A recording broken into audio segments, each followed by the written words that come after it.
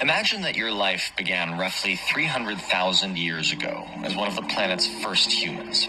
At this time, you live in Africa, near modern-day Morocco, and your life isn't too different from that of your hominid parents. You make crude tools, hunt, and gather food and materials until, eventually, you perish.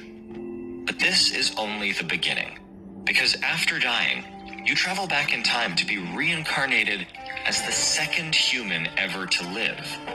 While you don't remember your former life, your previous actions affect you nonetheless.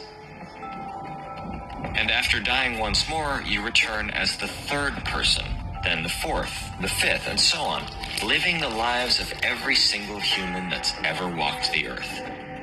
Strung end to end, these lives last almost 4 trillion years.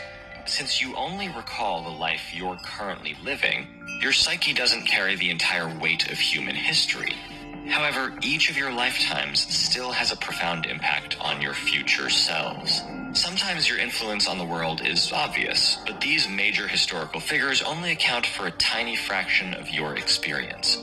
Instead, your existence consists mostly of ordinary lives, filled with everyday tasks like eating, laughing, working, and worrying. For approximately 1/10 of your 4 trillion years, you're a hunter-gatherer. For 60%, you're an agriculturalist, developing tools and techniques which you employ over roughly 800 billion years of working on farms. Across your lifetimes, you spend 1.5 billion years having sex and another 250 million years giving birth.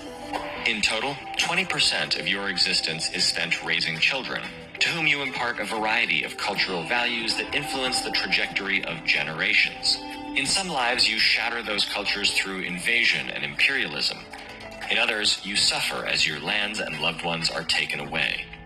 In over 1% of lives, you're afflicted with malaria or smallpox, while in others, you treat these conditions, saving countless versions of yourself. In humanity's early days, the average lifespan is fairly short. There are fewer lives to live, and your influence is usually limited to people physically near you. But as humans survive longer on average and Earth's population grows, you start to spend more time reliving the same action-packed years.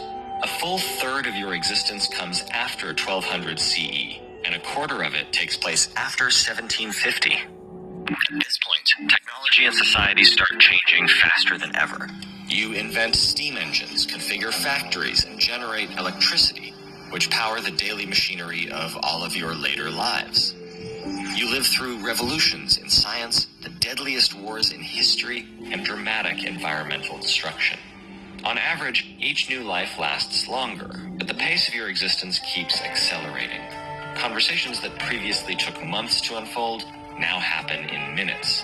Business ventures that you built over generations transform overnight.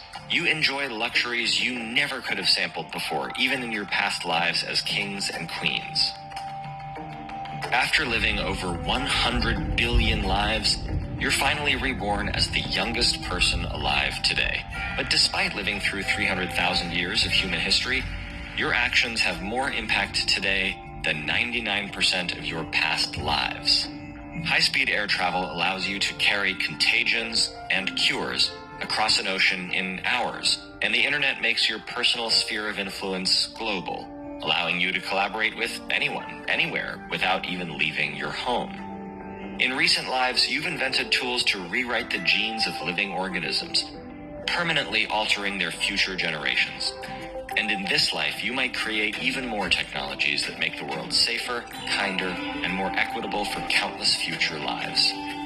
However, one careless invention could just as easily be catastrophic. Between nuclear weapons, lab leaks, climate change, and other existential threats, humanity's risk of inducing our own extinction has never been higher.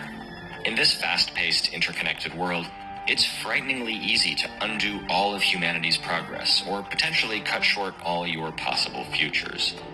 There's no way to know what will happen next, but what's clear is that your potential is limitless. So how will you spend this life? And what can you do to work towards a better future for all your lives to come?